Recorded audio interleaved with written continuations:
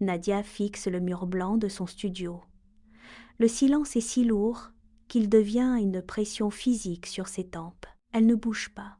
Sur la table, une enveloppe officielle ouverte. Le document est clair. Expulsion dans 30 jours. Elle regarde son écran. Le solde affiche 0. Aucune réserve, aucun filet de sécurité. Elle se lève, fait quelques pas dans la pièce étroite, puis s'arrête devant la fenêtre. Dehors, la ville bouge. Ici, tout est figé. Elle prend son téléphone, ses doigts hésitent sur l'écran. Il n'y a plus d'autre option. Elle compose le numéro de Karim. Le signal d'appel résonne dans la pièce vide, un son sec, rythmé, qui semble mesurer l'étendue de son isolement. Elle attend.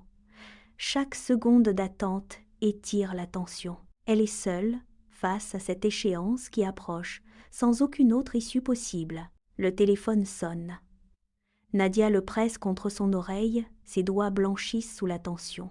Enfin, un déclic. La voix de Karim surgit, métallique et distante. Il ne demande pas comment elle va. Il soupire. Nadia, on a nos propres problèmes. Tu comprends? On ne peut pas s'occuper de tout le monde. Le mot « tout le monde » tombe comme une pierre dans le silence de la pièce. Nadia reste figée. Elle ouvre la bouche, mais aucun son ne sort. Pour Karim, elle n'est plus une sœur. Elle est une charge, un poids dont il faut se débarrasser. Elle ne répond rien. Elle entend la respiration de son frère, puis le signal sonore de la communication coupée. Le silence revient, plus tranchant qu'avant. Elle repose le téléphone sur la table. Elle ne pleure pas. Elle se lève, marche jusqu'au placard et en tire une boîte en carton vide. Ses mains ne tremblent plus. Elle commence à vider les étagères, un geste après l'autre, méthodique, sans laisser aucune place au doute. Le lien est rompu. Le lendemain matin, le facteur glisse 2 enveloppes sous la porte. Nadia les ramasse. La première porte le sceau d'une association de logement social.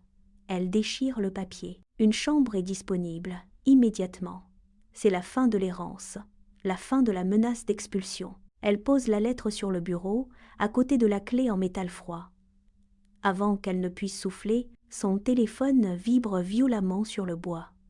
C'est son père. Elle décroche. La voix est saccadée, étouffée par la panique. Sa mère a fait une chute brutale dans l'escalier. Elle est à l'hôpital. Le sol semble se dérober sous les pieds de Nadia. D'un côté, la chambre, son unique chance de redevenir autonome, de sortir enfin de la précarité. De l'autre, l'urgence médicale, l'appel au secours de ses parents. Le téléphone s'arrête de vibrer, puis sonne à nouveau. C'est Karim. Nadia répond. La voix de son frère est tendue, autoritaire, dépouillée de toute hésitation. Il ne demande pas, il ordonne. Maman est en soins intensifs. Tu dois venir tout de suite. Nadia tente d'intervenir, mais il coupe court. T'es la fille, Nadia. C'est ton rôle. Le mot rôle claque dans le combiné comme une chaîne qu'on referme. Karim énumère les tâches. Les rendez-vous médicaux, les papiers administratifs, la présence constante au chevet. Il parle de Nadia comme d'une ressource, un outil domestique dont il a besoin pour se libérer lui-même de la contrainte. La pression monte. Chaque mot de Karim est une tentative de la ramener dans le moule de la petite sœur docile. Elle sent le poids du passé, qui tente de l'écraser. Elle doit choisir entre redevenir l'ombre ou exister enfin. Le silence revient dans la pièce, plus lourd qu'avant. Nadia pose le téléphone sur la table. L'écran s'éteint, puis se rallume, vibrant encore sous les appels répétés de Karim. Elle ne répond plus. Elle fixe la clé de la chambre sociale, posée sur le bois brut. Elle la saisit. Le métal est froid, tranchant contre sa paume. C'est le poids de sa liberté. Elle regarde la fenêtre, puis le téléphone qui continue de s'agiter, une source de bruit parasite. Elle se lève.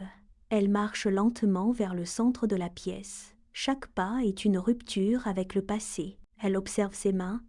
Elle ne tremble plus. La peur se transforme en une détermination froide. Elle saisit le téléphone, le retourne face contre table et le silence devient enfin absolu. La décision est prise. Nadia déverrouille l'écran. Ses doigts ne tremblent pas. Elle compose le numéro de sa mère. La tonalité résonne dans le studio, un son sec, presque mécanique. Elle attend. Quand la voix de sa mère décroche, elle ne laisse aucune place à l'hésitation. Elle ne crie pas. Elle ne supplie pas. Elle parle avec une lenteur calculée. « Je vais organiser tes soins, maman. » Elle détaille chaque étape. Elle mentionne l'aide-soignante, les dossiers administratifs, les rendez-vous. Chaque mot est une brique posée dans un mur. Elle ne demande pas la permission. Elle impose une structure nouvelle. Sa mère tente de l'interrompre, mais Nadia coupe court. « Je gère tout, mais je ne reviendrai pas. » La phrase tombe, nette, sans appel. Elle raccroche. Le clic est définitif. Elle pose le téléphone sur le bureau, à côté de la clé. Elle attrape ses cartons. Elle ne regarde pas en arrière.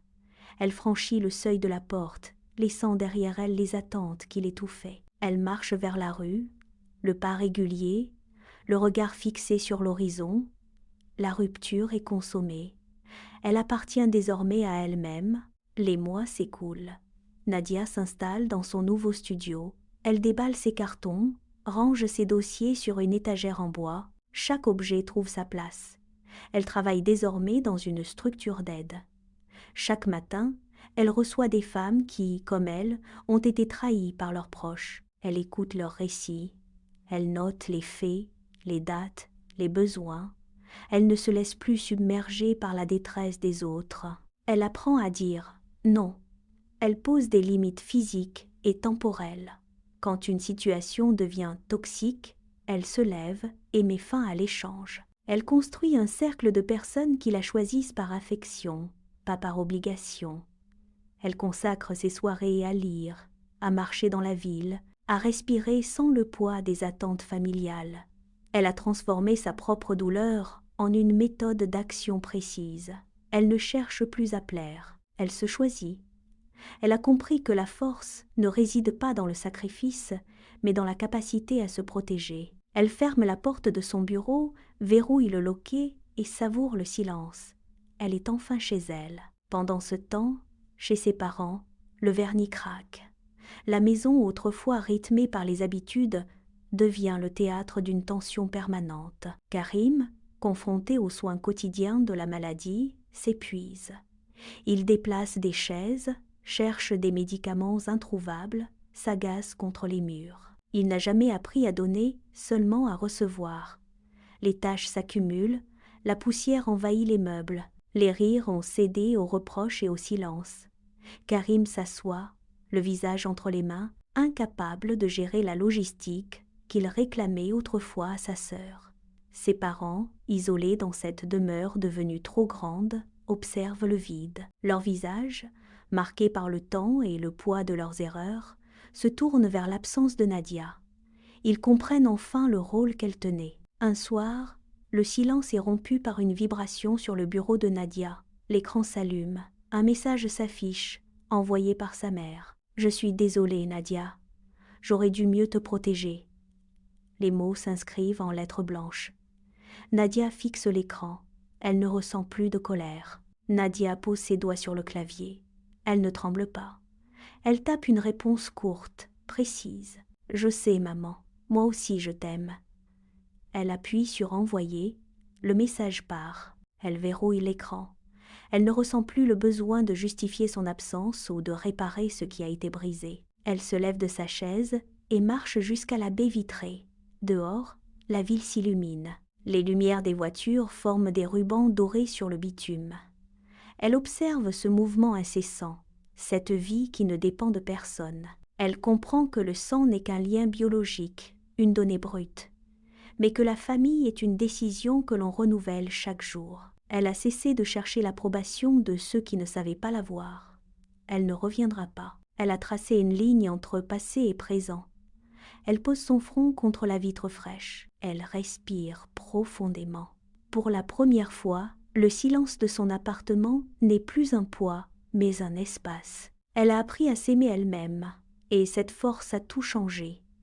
Elle sourit, tourne le dos à la nuit et s'éloigne vers l'intérieur de la pièce. Elle est enfin libre. Et toi? Est-ce que tu as déjà vécu ce moment où quelqu'un censé être là pour toi t'a tourné le dos? Comment tu t'en es sorti? Écris-le dans les commentaires parfois. Lire qu'on n'est pas seul, ça change tout. Si cette histoire t'a touché, partage-la avec quelqu'un qui en a besoin aujourd'hui. Abonne-toi. La prochaine histoire arrive bientôt et elle en vaut la peine.